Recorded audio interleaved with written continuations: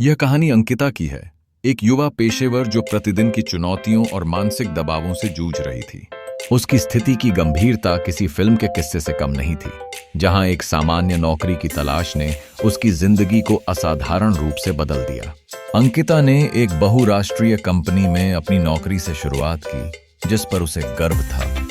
लेकिन एक राक्षसी रंग में बदलती यह नौकरी उसकी सबसे बड़ी चिंता बन गई। शुरुआत में सब कुछ ठीक था, लेकिन धीरे धीरे उसके बॉस का व्यवहार उसे असहज करने लगा।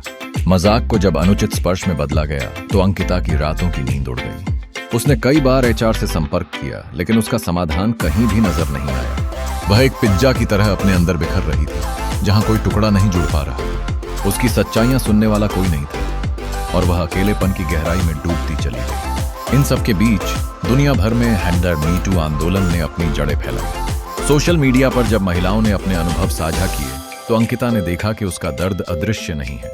एक रात उसने फैसला किया कि वह चुप नहीं रहेगी। उसने अपनी आवाज उठाई और अपनी कहानी एक पोस्ट में साझा की। उसका पोस्ट वायरल हो गया, जिसमें अन्य महिलाओं ने भी अपने अनुभव साझा किए।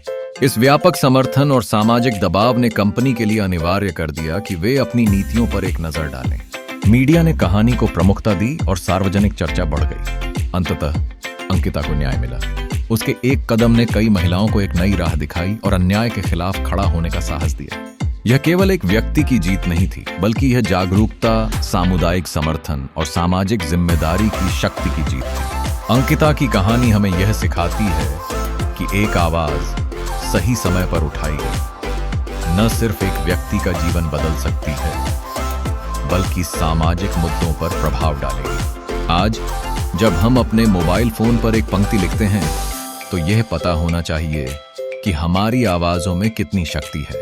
अंकिता की घटना ने समाज को झकझोर दिया और यह एहसास दिलाया कि चुप्पी कभी भी समाधान नहीं हो सकती।